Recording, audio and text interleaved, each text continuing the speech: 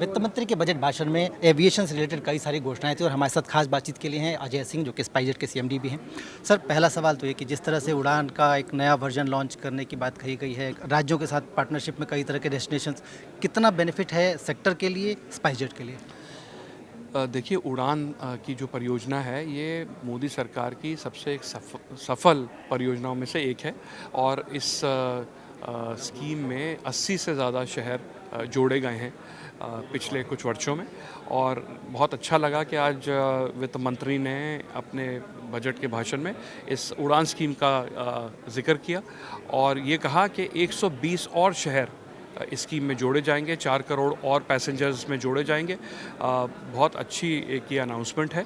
और जो एक जिस प्रकार से एयर ट्रैवल में पहले भी इतनी बढ़ोतरी हुई और इस अनाउंसमेंट से तो एयर ट्रैवल, एयर कनेक्टिविटी में क्रांति आएगी पूरे देश में।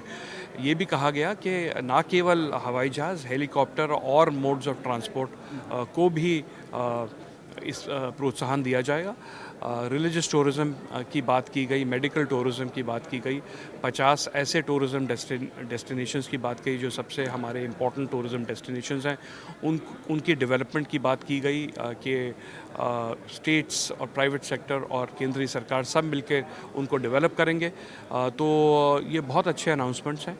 इससे टूरिज़्म भी बढ़ेगा, एम्प्लॉयमेंट भी बढ़ेगी और हर प्रकार से देश का लाभ होगा। तो मैं बधाई देता हूँ वित्त मंत्री को इन सब अनाउंसमेंट्स के लिए। सर, जितने भी अनाउंसमेंट थे उनमें ये देखा जा रहा है कि ज़्यादातर सेगमेंट्स में स्पाइसजेट की पहले से पकड़ है या फिर उनकी एंट्री करने की योजना थी। एक्सपेंशन प्लान्स आपके हैं, ग्राउंडेड प्लेन्स को आप ठीक कर रहे हैं।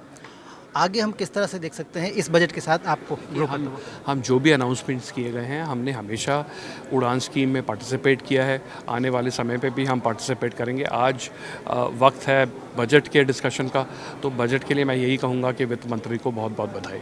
सर, आखिरी सवाल है इंफ्रास्ट्रक्चर, क्योंकि बजट का फोकस है इंफ्रास्ट्रक्चर। ओवरऑल इंडस्ट्री बॉडी के तौर पे इसको कैसे देखते हैं आप? देखिए, 10 लाख करोड़ के एक्सपेंडिचर की बात की गई है और कई ऐसे क्षेत्रों में इंफ्रास्ट्रक्चर डेवलप करने की भी बात की गई है जो नए क्षेत्र हैं। जैसे आर्टिफिशियल इंटेलिजेंस पे ये बात की गई है कि भाई 20,000 करोड़ इन्वेस्ट भी करेंगे, टोटल 10 लाख करोड़ की बात है।